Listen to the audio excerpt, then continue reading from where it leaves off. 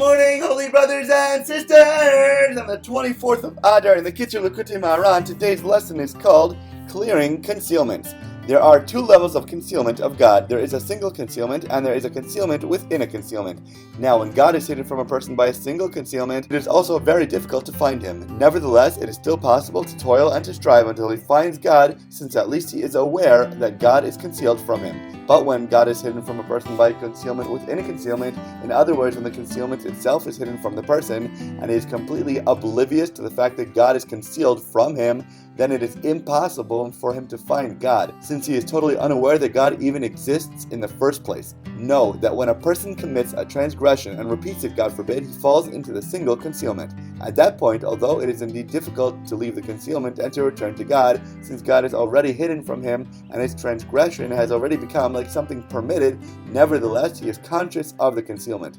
In other words, he knows that his sin has become like something permitted. Consequently, it is still possible for him to reflect upon this, namely that he has fallen and entered this concealment whereby God and the Torah are hidden from him to the point that his sin has become for him like something permitted, and accordingly he can seek and strive until he emerges from there.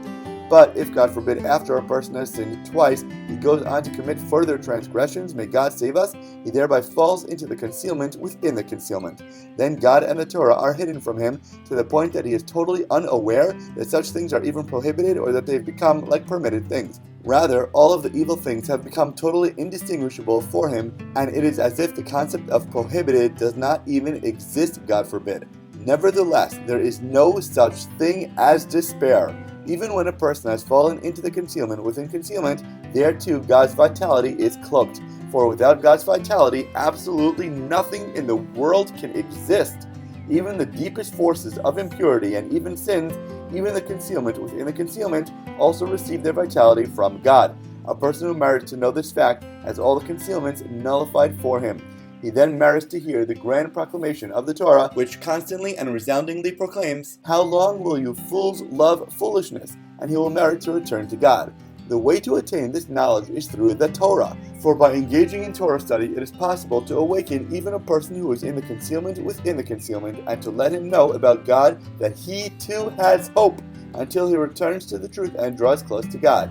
For through the power of the true tzaddikim, the righteous ones, it is possible to draw close to God at any time, in any place, no matter what. Whatever a person may have done, whatever place he may have fallen to, God forbid, there too God's vitality is cloaked, because he gives life to everything. Nehemiah 9:6. Then a person can return from wherever he is, and he can merit to hear the voice of the Torah. For the reason that people do not hear the grand proclamation of the Torah is because of the many concealments generated by their many sins. Because of our many sins, God is presently hidden from us in the concealment within the concealment, as described by the verse, "I will surely conceal my face." Deuteronomy 31:18. In this verse, the Hebrew word for conceal is written twice, signifying the two concealments. But by engaging in Torah study, a person eliminates the concealments until he enables even those who are extremely far away to hear the grand proclamation and the reproof of the Torah until they all return to God. Crack concealments and clear consciousness to clarify core connections to our Creator. As always, thank you so much for learning together. If you enjoyed this lesson, please remember to like, comment, share, and borrow. And please God, we'll learn again tomorrow.